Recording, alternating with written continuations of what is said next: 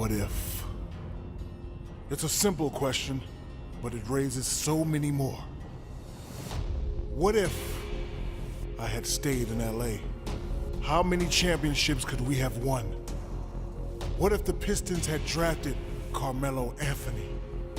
What if Kevin Durant was drafted #1 overall in the 2007 draft? What if Steph Curry slipped one more draft spot to the Knicks? But what if you could make the decisions? What if you were down 3-0 in the finals? Could you build a team to mount the greatest comeback of all time? What if you had the opportunity to create any lineup for any game? What if you could choose players from any era to build the greatest team of all time? How would you answer? Welcome to my team. What is up, guys? I'm A. Bennett, and today we have a new My Team series. It's a budget series, so we're really out here trying to help everybody build a strong team without having to spend any VC, buy any VC, or at least use as little as possible. And I picked the Clippers. It's all really about preference. I wanted a shot at Jamal Crawford and DeAndre Jordan since you're guaranteed a silver player from that team. But, you know, it's all up to you. You could pick the Hawks. Their players go for a little more. The Celtics players go for a little more just because of the challenges. I picked the Clippers. They have some great silver players, and really wanted Jamal or DeAndre. Got Spencer Hawes. Still a solid player. I'm not going to complain. Doesn't go for much, but, you know, he's going to help out with these lower seeds with the restrictions on them. We also get one of these tutorial packs, and it was pretty cool. You get a gold. It's usually a heel card and then 3 bronze players. And one of the bronze players I got was Chase Budinger, or Chase Budinger. I don't know if I'm pronouncing his name right. Still, same player, different pronunciation. Doesn't really matter. Solid player.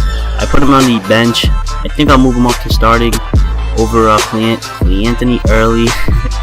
And we jump right into our first game here, just because I want to test my team against other online teams with the lag and with different parts of the game, to see what their strong points are, what their weaknesses are. And believe me, my team has plenty of weaknesses. Number one being that we could not rebound the ball. We could not rebound the ball to save our lives. You can see here, and you'll see a lot more of it in later parts of this video. We get demolished on the boards, particularly offensive rebounding. When the other team misses shots, it is tough for us to bring them down. Fortunately enough, though, I realized that my team can shoot the ball. We have some pretty good shooters on there. We're okay. It seems to be we're okay in these lower seeds offensively. It's defensively, not even defensively, just rebounding. Rebounding really is our biggest flaw. We have a really tough time bringing the ball down, and that's something you need to do when you start your team. That's one of my first tips to you is test your team out, see what they can do, see what they can't do. Especially in these lower restricted seats, because you know, these players aren't getting a lot of publicity online on YouTube. You're not going to see how they play. People aren't going to be bragging about them or talking about them in videos so that you know their strong points. It's really up to you to test them out and see how they play with you. And if you don't like a player, you know, I think you have 3 extra players in your rotation that you can switch in and test those out.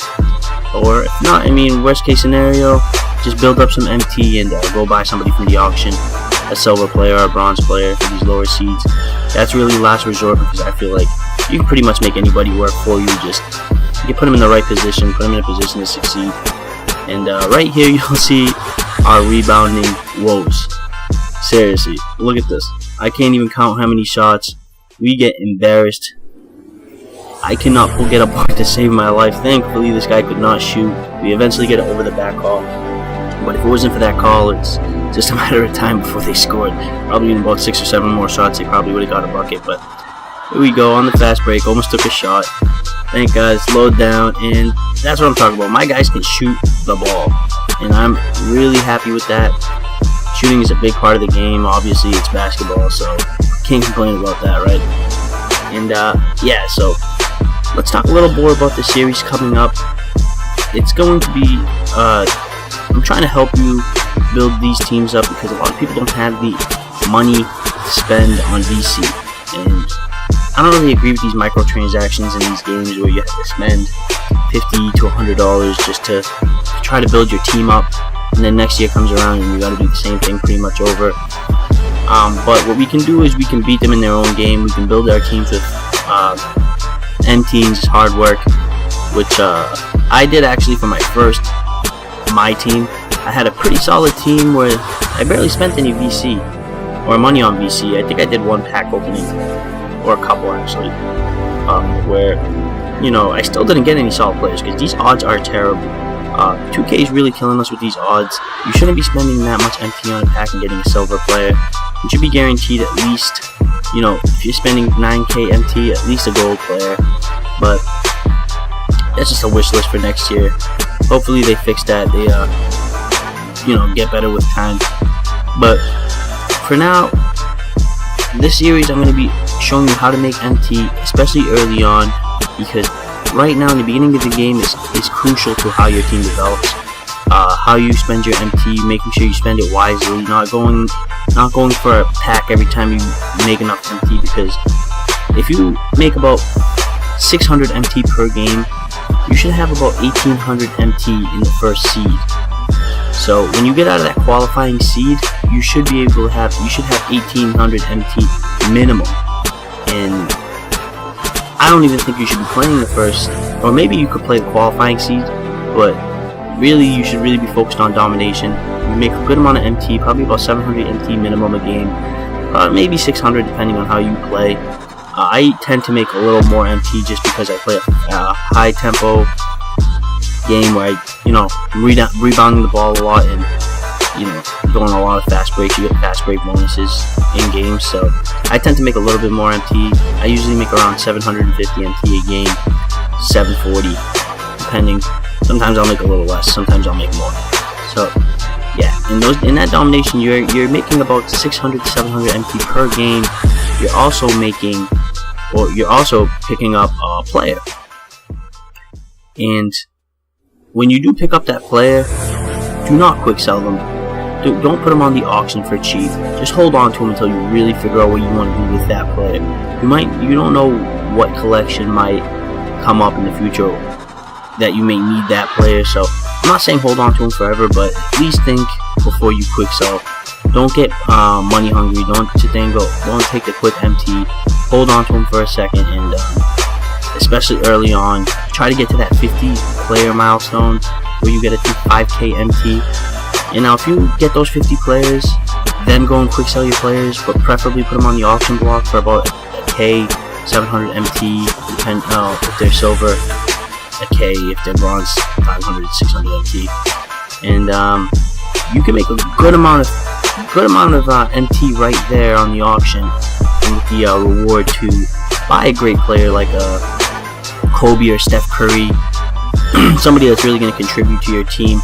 I recommend not spending it on one great player, but a bunch of solid gold players, and I'll be talking about them in my next video. My next video is going to be about